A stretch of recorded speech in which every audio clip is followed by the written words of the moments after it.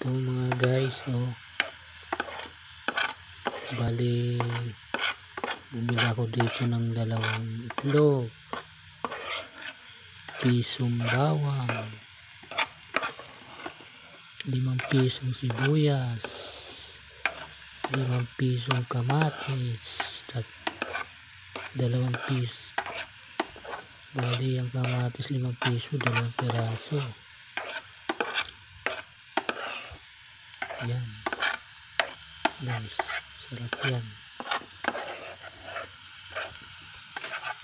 tipid mahal ang karne. Hindi ako nakabili sa palengke ng karne kasi mahal. Ito lang nabili ko sa palengke: itlog, kamatis, sibuyas, bawang. 2 ulaman na yan guys. Tapos sobrang mahal ng bigas. Yan, nakabili ako ng 4 na kilo sa 60 kilo. Napakamahal ng bigas guys.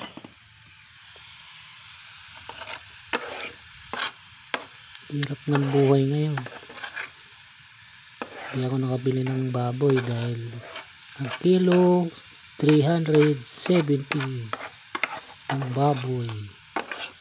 So ito na lang, tipid na lang.